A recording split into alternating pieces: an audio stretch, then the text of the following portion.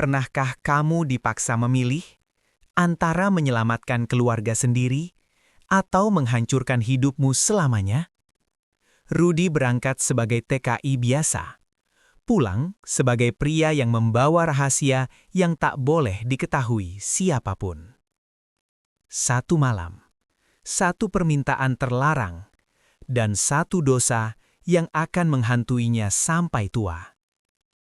Ini bukan kisah cinta. Ini tentang pengorbanan yang terlalu mahal, tentang seorang pria yang rela kehilangan segalanya demi kebahagiaan orang lain.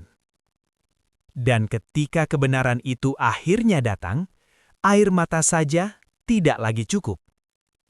Inilah kisah Rudy, TKI Indonesia yang hidupnya hancur demi sebuah keturunan.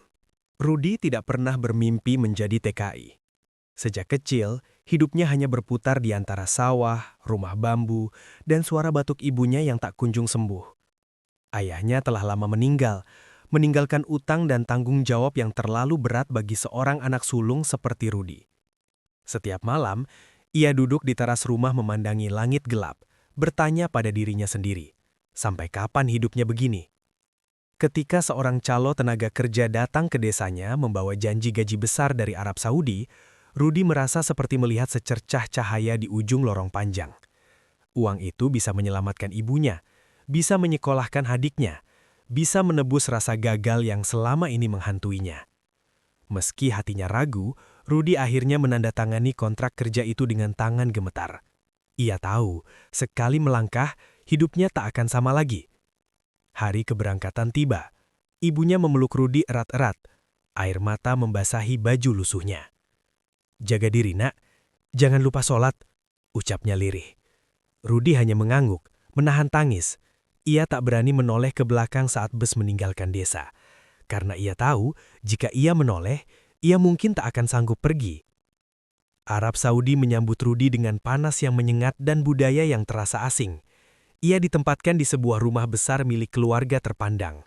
Di sanalah pertama kali ia bertemu dengan majikannya, seorang wanita muda, cantik, berwibawa, namun sorot matanya menyimpan kesedihan yang dalam.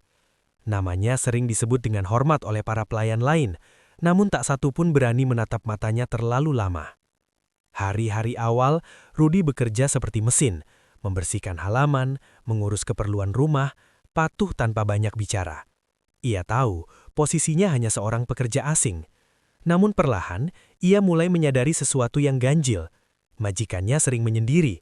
Setiap sore, wanita itu duduk di balkon lantai 2, menatap langit senja dengan mata kosong, seolah memikul beban yang tak terlihat. Suatu malam, Rudy tanpa sengaja mendengar suara tangisan dari ruang doa. Tangisan tertahan, penuh keputusasaan. Ia terdiam di balik pintu, hatinya bergetar. Sejak saat itu, pandangan Rudy terhadap majikannya berubah. Ia bukan lagi sekadar wanita kaya dan berkuasa, melainkan manusia yang terluka oleh takdirnya sendiri. Hari demi hari berlalu, majikannya mulai sering memanggil Rudy untuk hal-hal kecil, sekadar mengambilkan air, menanyakan kabar, atau memintanya menemani berjalan di halaman. Tidak ada sentuhan, tidak ada kata berlebihan, tapi ada sesuatu yang terasa ganjil di udara. Rudy merasa seperti berdiri di tepi jurang, tanpa tahu kapan tanah di bawah kakinya akan runtuh. Di sisi lain, tekanan terhadap majikannya semakin terlihat. Keluarga besar sering datang berkunjung, membawa senyum palsu dan pertanyaan yang menyakitkan, tentang keturunan, tentang penerus, tentang harga diri. Setiap kunjungan itu membuat wanita tersebut semakin murung. Rudy hanya bisa menyaksikan dari kejauhan, tak berdaya. Suatu malam, majikannya memanggil Rudy ke ruang tamu. Suaranya tenang, namun matanya merah seperti habis menangis lama. Rudy berdiri kaku, menunduk, menunggu perintah seperti biasa. Namun kali ini, tak ada perintah pekerjaan. Yang ada hanyalah keheningan panjang yang membuat jantung Rudy berdegup tak karuan. Tanpa Rudy sadari, malam itu adalah awal dari badai besar yang akan mengubah hidupnya selamanya. Ia belum tahu, empati yang ia rasakan akan menyeretnya pada keputusan paling kelam dalam hidupnya. Keputusan yang tak bisa ditarik kembali meski dengan seluruh air mata penyesalan. Malam itu terasa lebih sunyi dari biasanya. Lampu-lampu rumah besar itu redup, seolah sengaja meredam segala suara hati yang bergejolak di dalamnya. Rudi berdiri di ruang tamu dengan tangan terlipat di depan dada, seperti seorang terdakwa yang menunggu vonis. Detak jantungnya terdengar jelas di telinganya sendiri. Majikannya duduk di sofa besar berlapis kain mahal. Wajahnya terlihat pucat, namun matanya menatap Rudi dengan keteguhan yang membuat bulu kuduknya merinding. Tidak ada kemarahan, tidak ada arogansi. Yang ada hanyalah kelelahan panjang dari seorang wanita yang terlalu lama berperang dengan nasibnya sendiri. "Aku tidak akan memutar kata," ucap majikannya pelan, namun setiap suku katanya terasa berat. "Aku sudah mencoba segalanya. Dokter, pengobatan, doa, semuanya gagal." Rudi menelan ludah. Ia ingin bicara, tapi suaranya tercekak. Nalurinya mengatakan bahwa percakapan ini bukan percakapan biasa. "Keluargaku menuntut keturunan," lanjut wanita itu, suaranya bergetar. "Jika aku gagal, aku akan disingkirkan. Harga diriku, hidupku, semuanya akan runtuh." Rudi masih terdiam. Ia ingin pergi, ingin berlari keluar dari ruangan itu, namun kakinya seperti terpaku ke lantai marmer yang dingin. Kemudian, kata-kata itu akhirnya terucap. "Aku ingin kamu membantuku," katanya lirih. Dunia Rudi seakan berhenti berputar, nafasnya tertahan, dadanya sesak. Ia menatap wajah majikannya, mencoba mencari makna lain di balik kalimat itu. Namun tatapan mata wanita tersebut tak memberinya ruang untuk mengelak. "Ini bukan soal cinta," lanjutnya cepat, seolah takut Rudi salah paham. "Ini tentang kelangsungan hidupku, tentang kehormatanku." Rudi mundur selangkah, kepalanya berdenyut. Ia merasa seperti didorong ke tepi jurang tanpa pegangan. Semua nilai yang ia pegang sejak kecil, agama, moral, rasa malu, bertabrakan dengan kenyataan pahit di hadapannya. "Maaf, saya tidak bisa." Suara Rudi gemetar. Kata-kata itu keluar dengan susah payah. Wajah majikannya menegang. Untuk pertama kalinya, nada suaranya berubah dingin. Ia berbicara tentang kontrak kerja, tentang izin tinggal, tentang laporan yang bisa membuat Rudi dipulangkan tanpa sepeser pun. Lalu ia berhenti, menarik nafas panjang, dan menurunkan suaranya kendali. "Jika kamu membantuku," katanya lirih, "aku akan memastikan keluargamu di Indonesia hidup layak. Ibumu berobat, adikmu sekolah, kamu tidak akan kekurangan apapun." Nama ibunya disebut, adiknya disebut. Hati Rudi hancur keping-keping. Ia teringat wajah ibunya yang pucat, hutang yang menumpuk, dan masa depan yang suram jika ia pulang tanpa hasil. Malam itu Rudi kembali ke kamarnya dengan langkah limbung. Ia sujud lama di atas sajadah, menangis tanpa suara. Ia memohon petunjuk, memohon keajaiban, memohon agar beban ini diangkat dari pundaknya. Namun, yang ia dapat hanyalah keheningan yang menyakitkan. Hari-hari berikutnya menjadi neraka batin. Majikannya tidak memaksa secara langsung, namun setiap tatapan, setiap keheningan di antara mereka terasa seperti tekanan yang terus menghimpit. Rudi mulai sulit tidur, sulit makan. Ia hidup dalam ketakutan dan rasa bersalah yang belum pun terjadi, namun sudah terasa nyata. Satu malam setelah menerima kabar bahwa ibunya kembali sakit keras, pertahanan Rudi runtuh. Ia duduk sendirian di kamarnya, menatap foto keluarga yang kusam. Air matanya jatuh satu persatu, membasahi lantai. Saat itu, Rudi sadar, apapun pilihannya, ia akan kehilangan sesuatu yang berharga. Entah itu keluarganya, atau dirinya sendiri. Keputusan yang ia ambil malam itu bukanlah keputusan seorang pria kuat, melainkan jeritan terakhir dari seseorang yang sudah terlalu lelah berjuang. Dan sejak saat itu, hidup Rudi perlahan bergerak menuju jalan gelap yang tak pernah ia bayangkan sebelumnya. Sejak malam itu, hidup Rudi tak pernah benar-benar tenang. Setiap pagi ia bangun dengan dada sesak, seolah ada beban besar yang menindih napasnya. Ia tetap menjalankan pekerjaannya seperti biasa, membersihkan halaman, mengangkat barang, melayani perintah. Namun jiwanya kosong. Senyumnya palsu, langkahnya berat, dan matanya selalu menghindari tatapan majikannya.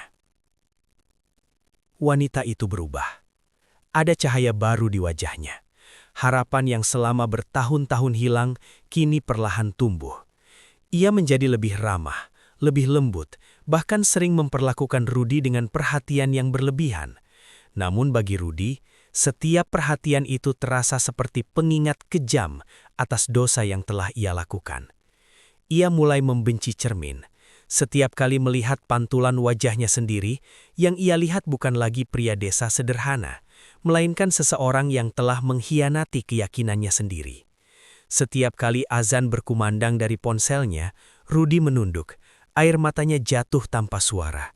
Doa-doanya terasa hampa, seolah tak lagi pantas untuk dipanjatkan. Beberapa minggu kemudian, tanda-tanda itu muncul. Majikannya sering mual, tubuhnya melemah, namun senyumnya tak pernah lepas. Hingga akhirnya, kabar itu diumumkan dengan suara bergetar penuh bahagia. Ia hamil. Rumah besar itu mendadak dipenuhi kegembiraan palsu. Keluarga besar datang membawa ucapan syukur, hadiah, dan doa. Semua orang bersuka cita, semua kecuali Rudy. Di balik pintu dapur, Rudy terduduk lemas. Tangannya gemetar hebat. Ia ingin berteriak, ingin menghilang, ingin memutar waktu. Bayangan tentang seorang anak yang tumbuh tanpa mengetahui ayah kandungnya menghantam batinnya tanpa ampun. Ia sadar, darahnya akan mengalir di tubuh seorang anak yang tak pernah bisa ia peluk. Hari-hari selanjutnya menjadi siksaan mental. Setiap kali melihat perut majikannya yang mulai membesar, Rudy merasa seperti disayat dari dalam. Ia mulai menjaga jarak, berbicara seperlunya, berharap bisa menghapus jejak keberadaannya. Namun majikannya justru semakin bergantung padanya, seolah Rudy adalah satu-satunya orang yang memahami luka dan rahasianya. "Ini semua demi kita," ucap wanita itu suatu sore, mencoba menenangkan Rudy. Tapi kalimat itu justru menusuk lebih dalam. Tidak ada kita bagi Rudy. Yang ada hanyalah kesepian dan rasa bersalah yang tak terbagi. Di malam-malam sunyi, Rudy sering duduk di lantai kamarnya, memeluk lutut, menangis seperti anak kecil. Ia teringat ibunya di Indonesia, doa-doa yang selalu dipanjatkan untuk keselamatannya. Jika ibunya tahu kebenaran ini, Rudy yakin hatinya akan hancur berkeping-keping. Konflik batin Rudy mencapai puncaknya ketika keluarga majikan mulai membicarakan masa depan anak itu. Nama, pendidikan, kehormatan, semua direncanakan dengan bangga. Tak satu pun menyadari bahwa di balik rencana indah itu ada jiwa yang perlahan mati.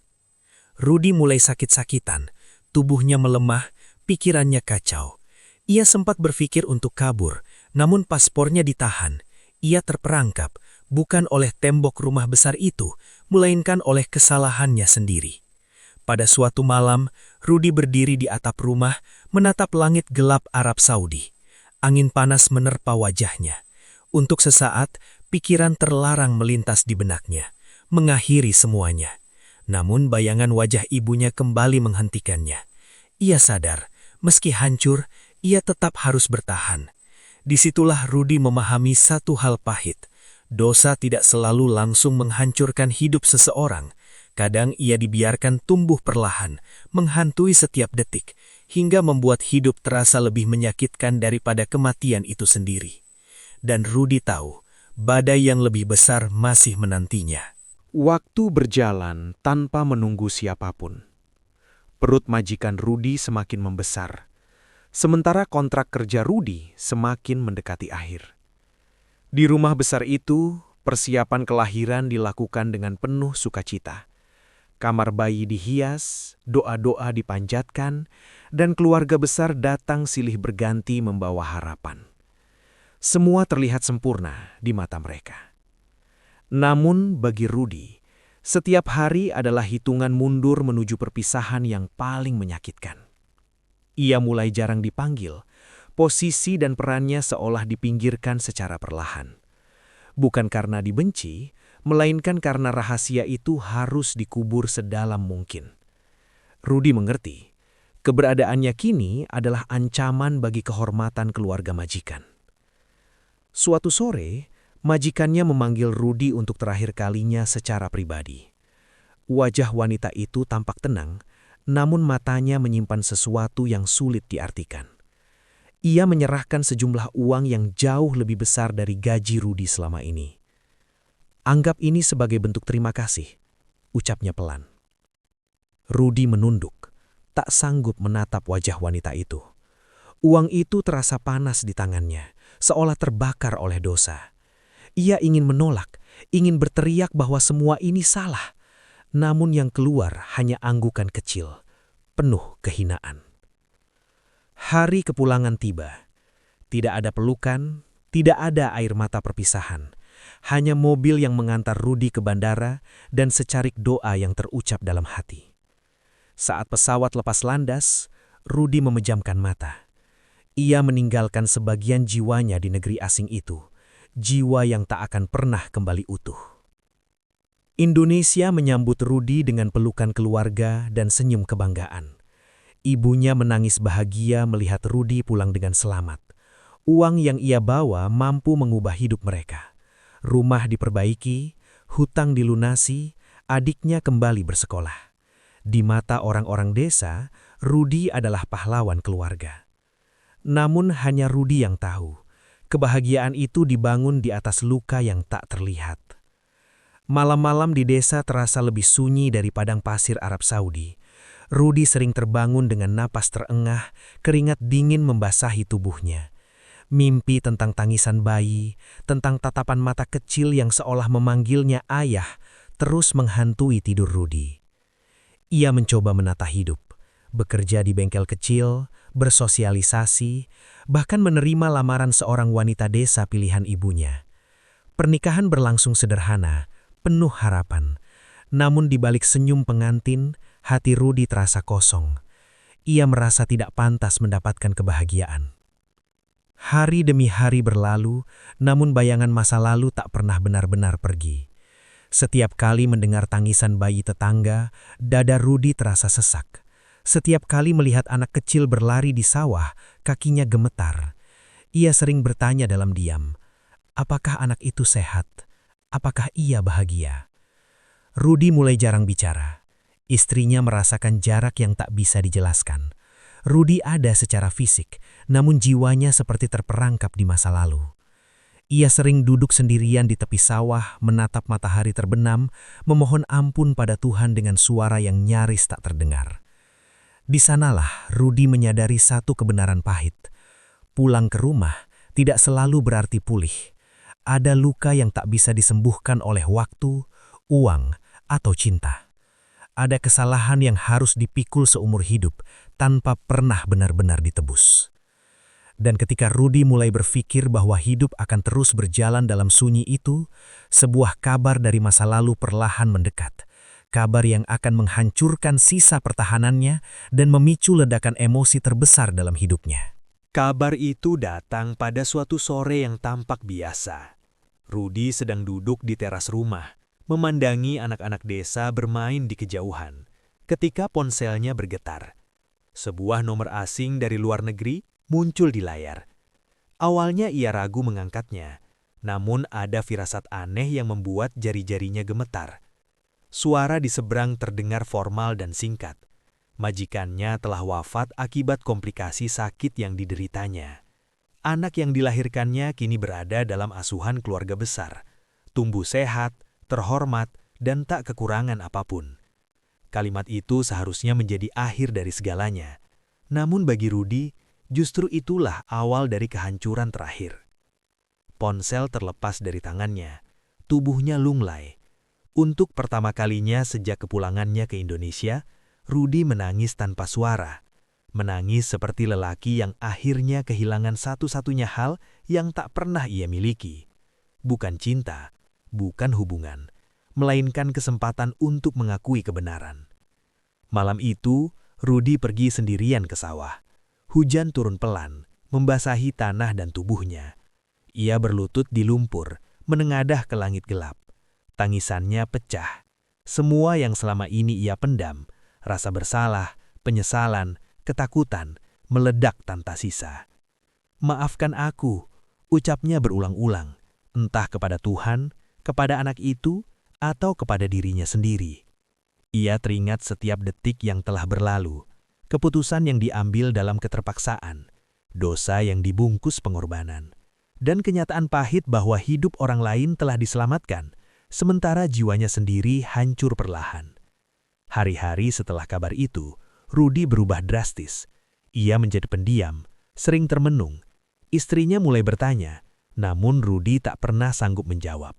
Bagaimana mungkin ia menjelaskan luka yang tak kasat mata, luka yang bahkan tak boleh disebutkan namanya. Malam itu, Rudy menulis sepucuk surat, bukan untuk dikirim, melainkan untuk menenangkan hatinya sendiri. Di dalamnya, ia menuliskan semua yang tak pernah bisa ia ucapkan. Tentang seorang anak yang ia doakan setiap hari dari kejauhan. Tentang harapan agar anak itu tumbuh menjadi manusia yang baik, meski tak pernah tahu siapa ayah kandungnya. Surat itu disimpannya rapat-rapat, lalu dibakarnya di halaman rumah. Abu-abu tipis beterbangan, seolah membawa pengakuan yang tak pernah diizinkan dunia untuk muncul ke permukaan. Tahun-tahun berlalu, rambut Rudy mulai memutih. Hidupnya berjalan, namun tak pernah benar-benar ringan. Ia belajar menerima bahwa tidak semua kesalahan bisa ditebus dengan penyesalan. Ada dosa yang hanya bisa dipikul dalam diam. Di usia senjanya, Rudy sering menghabiskan waktu di masjid kecil desa. Ia membantu apa saja yang bisa ia lakukan, seolah berharap setiap kebaikan kecil bisa sedikit meringankan beban di dadanya. Ia tak menganggap dirinya suci, ia hanya mencoba bertahan. Di suatu sore, saat matahari tenggelam dengan cahaya keemasan, Rudy tersenyum kecil. Untuk pertama kalinya, ia tidak menangis saat mengingat masa lalunya. Ia sadar, hidup telah mengajarkannya pelajaran paling kejam sekaligus paling jujur, bahwa pengorbanan tanpa kejujuran bisa melahirkan luka yang abadi. Cerita Rudy bukan tentang cinta yang indah, bukan pula tentang keberanian yang diagungkan, melainkan tentang manusia biasa yang terjebak di antara kemiskinan, kekuasaan dan kesepian, lalu membayar harga yang tak pernah murah. Dan hingga akhir hidupnya, Rudy memilih satu hal, diam, berdoa, dan memikul semuanya sendiri. Kisah Rudy mengajarkan kita bahwa hidup tidak selalu memberi pilihan yang adil. Dalam tekanan ekonomi, kekuasaan, dan kesepian, seseorang bisa terjebak pada keputusan yang mengubah hidupnya selamanya. Tidak semua pengorbanan berakhir bahagia, dan tidak semua luka bisa disembuhkan oleh waktu. Semoga cerita ini menjadi pengingat bagi kita semua agar selalu berhati-hati dalam mengambil keputusan, karena satu pilihan bisa membawa dampak panjang bagi hidup dan hati kita sendiri. Pesan moral: jangan biarkan keadaan memaksa kita mengorbankan nilai dan keyakinan hidup. Uang dan kekuasaan tidak selalu membawa kebahagiaan. Setiap dosa mungkin tersembunyi dari manusia, tapi tidak pernah luput dari hati nurani. Pilihan hidup yang salah bisa meninggalkan luka seumur hidup. Doa untuk para penonton. Semoga Allah SWT selalu melindungi kita semua, dijauhkan dari keputusan yang menyesatkan, diberi rezeki yang halal, hati yang kuat, dan kehidupan yang penuh keberkahan. Amin ya Robbal Alamin. Ajakan interaksi dan subscribe. Terima kasih sudah menonton hingga akhir. Jika cerita ini menyentuh hati kalian, jangan lupa tekan tombol like, share, dan subscribe agar channel Perjalanan Hidup terus berkembang dan bisa menghadirkan kisah-kisah penuh makna lainnya. Tulis di kolom komentar, kamu menonton dari kota mana? Bagian mana yang paling membuat hatimu tersentuh? Komentar kalian sangat berarti bagi kami. Disclaimer: cerita dalam video ini hanya fiksi dan dibuat untuk tujuan hiburan serta pembelajaran hidup. Jika terdapat kesamaan nama, tempat, atau peristiwa, itu hanyalah kebetulan semata dan tidak dimaksudkan untuk menyudutkan pihak manapun. Kami mohon maaf apabila terdapat kata-kata yang kurang berkenan.